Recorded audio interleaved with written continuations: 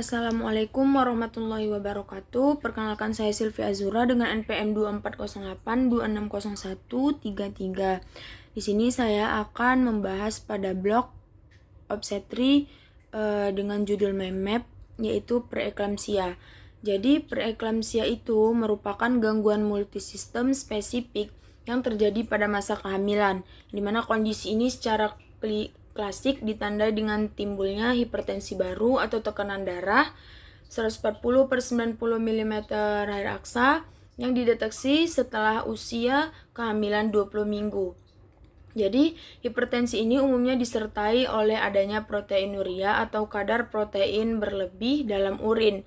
Namun, klasifikasi medis modern menyatakan diagnosa preeklamsia ini tetap tegak meskipun proteinurianya negatif, asalkan hipertensi disertai oleh disfungsi organ target maternal seperti gangguan ginjal atau peningkatan kadar kreatin serum, gangguan hati, kemudian ada gangguan saraf, sakit kepala persisten yang baru muncul, kemudian kejang atau gangguan penglihatan. Terus ada sistem pernapasan yaitu edema paru sama sistem hematologi. Trombositopenianya, kadar trombositnya kurang dari 100 per uliter.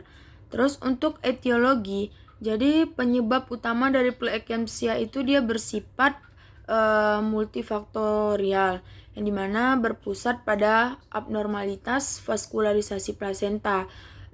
Terdapat berbagai faktor risiko maternal dan lingkungan yang memicu terjadi kondisi ini, antara lain ada gangguan pembentukan plasenta, yaitu kegagalan remodeling pembuluh darah rahim di awal kehamilan. Terus ada disfungsi endotel, yaitu kerusakan pada lapisan terdalam pembuluh darah yang maternal. Kemudian ada faktor aktivitas genetik, yang dimana riwayat keluarga dekat yang pernah mengalami preeklamsia.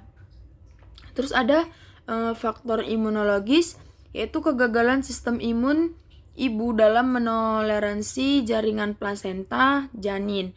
Riwayat preeklamsia sebelumnya menjadi faktor risiko berulang terkuat pada kehamilan berikutnya. Terus ada usia ibu yang ekstrim.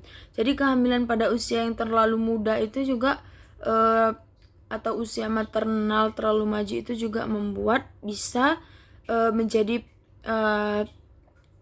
bisa terdiagnosa preeklamsia. Terus ada kehamilan ganda, dia mengandung bayi kembar 2 atau lebih yang membebani kerja plasenta. Terus pasien yang obesitas atau indeks massa tubuhnya sebelum hamil lebih dari 30 kg per milimeter. Terus penyakit komorbid ibu, biasanya adanya riwayat IDM, hipertensi kronis sebelum hamil, atau ada penyakit ginjal bawaan. Kemudian ada pun patofisiologinya, yaitu ada 2 tahap. Yang pertama ada invasi trofoblast yang tidak sempurna. Jadi pada kehamilan normal itu sel trofoblast janin itu menginvasi pembuluh darah rahim ibu atau arteri spiralis nih, dan dia mengubahnya itu menjadi saluran berdiameter besar bertekanan rendah.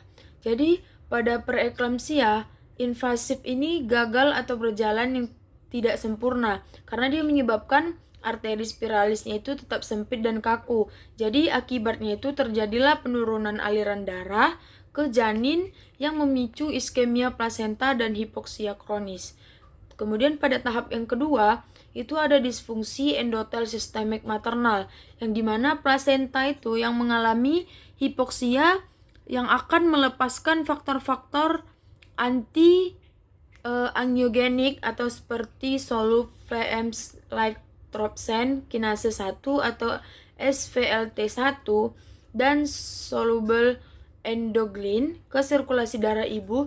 Itu juga faktor-faktor yang bisa merusak lapisan endotel pembuluh darah ibu di seluruh tubuh, yang bisa menyebabkan vasospasme atau penyempitan pembuluh darah. Jadi vasospasme ini bisa menaikkan tekanan darah menjadi hipertensi, juga kerusakan endotel, juga meningkatkan kebocoran kapiler sehingga proteinnya itu keluar ke urin dan cairan itu merembes ke jaringan tubuh sehingga memiculah edem serta gangguan fungsi multiorgan. Selanjutnya itu gimana cara menegakkan diagnosisnya. Jadi dari anamnesis kita evaluasi keluhan subjektifnya itu berupa pandangannya itu kabur, terus dia ada nyeri ulu hati yang hebat, terus dia ada mual muntah atau sakit kepala yang berdenyut dan tidak hilang dengan anti nyeri biasa. Terus dari pemeriksaan fisik nih kita jumpai pengukuran tekanan darahnya itu secara standar, dia ditemukan hasilnya itu lebih dari sama dengan 140/90 mm reksa pada 2 kali pemeriksaan berjarak minimal 4 jam. Kemudian terlihat juga adanya edem atau bengkak, terus non dependen pada area wajah dan jari-jari tangan, pada wajah dan jari-jari tangannya. Kemudian pada pemeriksaan penunjang kita dapatkan urin, yang dimana tes dipstik urin itu menunjukkan hasilnya itu positif 1 untuk melalui penampungan urin 24 jam dengan kadar protein lebih dari 300 gram per 24 jam. Kemudian kita cek darah, yaitu untuk laboratorium lengkap untuk menilai kadar trombosit, fungsi ginjal, kreatin, dan fungsi hati. Kemudian kondisi janin, kita melakukan pemeriksaan USG, yang dimana kehamilan untuk memantau kesejahteraan janin, volume cairan ketuban, dan deteksi adanya hambatan pertumbuhan janin atau tidak. Kemudian manifestasi klinisnya itu ada kardiovaskular, tekanan darah yang tinggi persisten, ekskresi ginjal, penurunan volume urin, integumen atau jaringan, edema anareksa, kemudian neurologis dan paru. Jika kondisinya memberat, ibu akan mengeluhkan sesak napas akibat edema paru, refleks tendon meningkat atau hiperrefleksia, kejang atau penurunan kesadaran. Terus selanjutnya itu ada tata laksana. Jadi tata laksananya itu biasanya rawat inap, yang dimana diwajibkan bagi khusus preeklamsia dengan gejala yang berat untuk pemantauan ketat tanda-tanda vital ibu dan kondisi jantung janin. Terus ada terapi antihipertensi, yaitu pemberian obat penurunan tekanan darah yang aman untuk kehamilan seperti nifedipin atau metildopa. Terus pencegahan kejang kita kasih magnesium sulfat atau MgSO4. Terus kalau kematangan paru janin kita kasih ibunya itu jika ke usia kehamilannya itu masih di bawah 34 minggu, ibunya kita berikan suntikan obat kortikosteroid.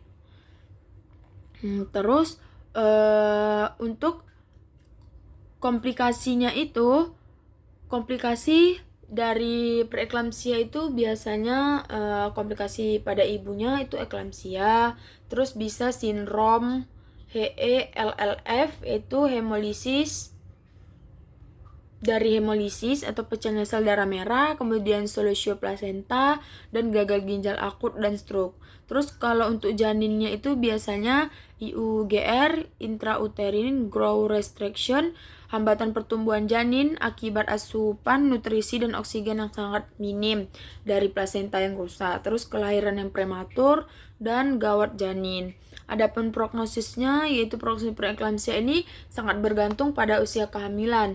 Jadi saat diagnosis tegak, kecepatan intervensi dan tingkat keparahan itu keterlibatan organ.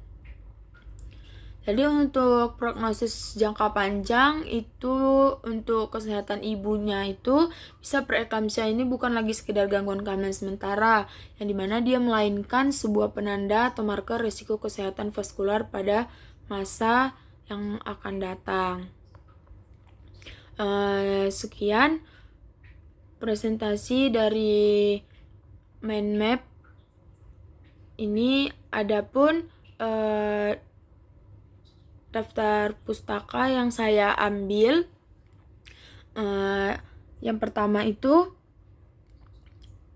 yang saya ambil dari Perkumpulan Obstetri dan Ginekologi Indonesia, Pedoman Nasional Pelayanan Kedokteran 2016, kemudian American College of Obstetrics and Gynecology, yaitu dari ACOG tahun 2020. Kemudian saya ambil juga dari Cunningham FG Leveno, yaitu pada tahun 2022 edisi 26, kemudian Mage LA Nicolaides itu New England Journal of Medicine 2022 dan Perhimpunan Hipertensi Indonesia Konsumsi Paduan Pelaksanaan Hipertensi pada periode Pariteum 2025. Sekian presentasi dari saya sudahi dengan wassalamualaikum warahmatullahi wabarakatuh.